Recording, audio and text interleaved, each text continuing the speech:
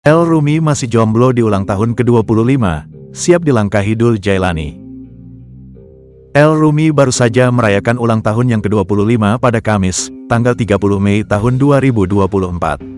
Di umurnya yang semakin bertambah, ternyata El Rumi mengaku belum memiliki kekasih sampai saat ini.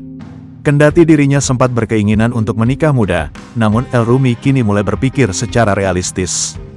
Dilansir dari Tribun Seleb, El Rumi membeberkan dirinya yang tak jadi menikah muda lantaran belum menemukan tambatan hati yang tepat. Enggak sih, menikah muda, karena enggak ada juga pasangan, ujar El. Lebih lanjut, putra kedua Maya Estianty juga legowo jika suatu saat sang adik Dul Jailani akan menikah duluan. Ya boleh-boleh aja sih, ucap El santai. Diungkapkan El bahwa hal itu telah menjadi kemungkinan lantaran Dul memang saat ini memiliki kekasih. Di hari ulang tahunnya kini, El memiliki harapan agar dirinya menjadi pribadi yang lebih berguna dunia dan akhirat.